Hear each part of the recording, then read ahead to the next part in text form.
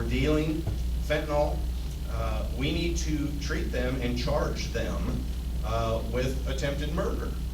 It is murder to distribute that stuff.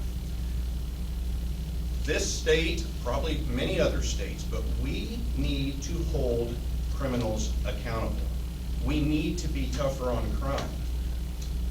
And when it comes to fentanyl, that's about as bad as it gets. So if you're caught dealing, if you're caught distributing fentanyl, I believe that you should be charged with attempted murder. And as we discussed tonight on other things, we need to hold our prosecutors throughout the state accountable so that they prosecute criminals to the full extent of the law. And as I've already said, and it's very important, truth in sentencing. Once someone is put away, we need to keep them put away. We need to keep them put away. That's my answer. Thank you. Keep it. Number 10 is the one I just drew, and this is it. This is the 8th question. Number 10, you might know it's a long one. The passing of Senate Bill 727 has a large funding need, and this includes near guaranteed money for the education voucher program, but public schools are not guaranteed funding from the bill as appropriation is required annually. State budget experts say that revenue at the state level will be almost neutral. So how will you prioritize funding all the provisions of Senate Bill 727, fully funding the formula and fully funding transportation so that local school districts can continue to increase teacher salaries? Well, listen, we've talked a lot about the budget this evening, and as I've said before, I am a small government person. I don't believe in growing government and inflating government. This issue to me really maybe seems more simple than it should be, and I'll tell you why. Education, if it is not first and foremost for most of us, it ought to be. This is a real simple thing. Teaching our kids, passing knowledge from one generation to another, really couldn't be any more important, right? And so when it comes to our state budget, and when it comes down to discussing education specifically, for me it's very simple. And like I say, let me preface this with, I don't like big government. I don't like spending money. I'm fiscally conservative.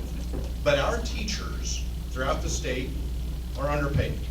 Our schools do not have the resources they need.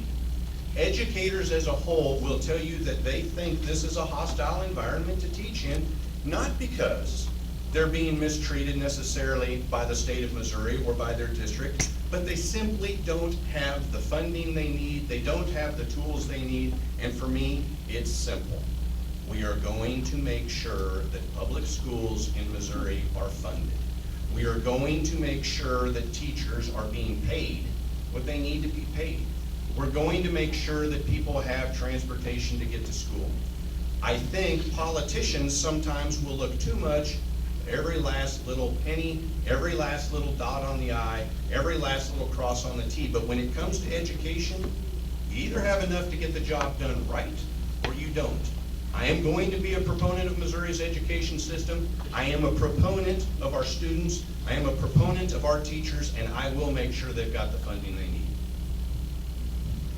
I didn't iterate, but thank you. Thank you for that answer too. That's a great answer. Senate Bill 727. I think it had great intent, and I think it was written well when it was 12 pages. When it became 641 pages, it got a little blurry. There's a lot of things in it that were great and a lot of things in it that were not great, and it doesn't matter what you think of the bill. What matters is education and funding the program, fully funding. And so some people know transportation, even fully funded, transportation is not 100% funded, even when it's fully funded. It's 75% funded. That means that we locally pay the other 25%, or either way it's paid. So anyway, but within the last 2 years, we have had fully funded, 100% have been fully funded at the school. And so our school board has been able, as a school board, we have been able to actually increase some of our salary pay. Of course, the salary pay on SB 727 is $40,000 minimum. We are up to $38,500 here in Warrensburg, and we are working as of next year. We will are planning on another 1,500% to increase that to the $40,000 to make it happen. Education is #1 priority for me, but we have found out lately that the teachers have not been paid Social Security, also if they worked a previous job. And so I would like to see a way that we can work around that also, so if they have worked extra hours in the regular field, not in teaching, that they can still get their Social Security plus their Mosers, and that would help them in the long run also, which might help us get teachers into the field of teaching, because that's what we need, great teachers to make great individual people. That's all we need. And thank you all for being here, and thank you guys for doing our timekeeping.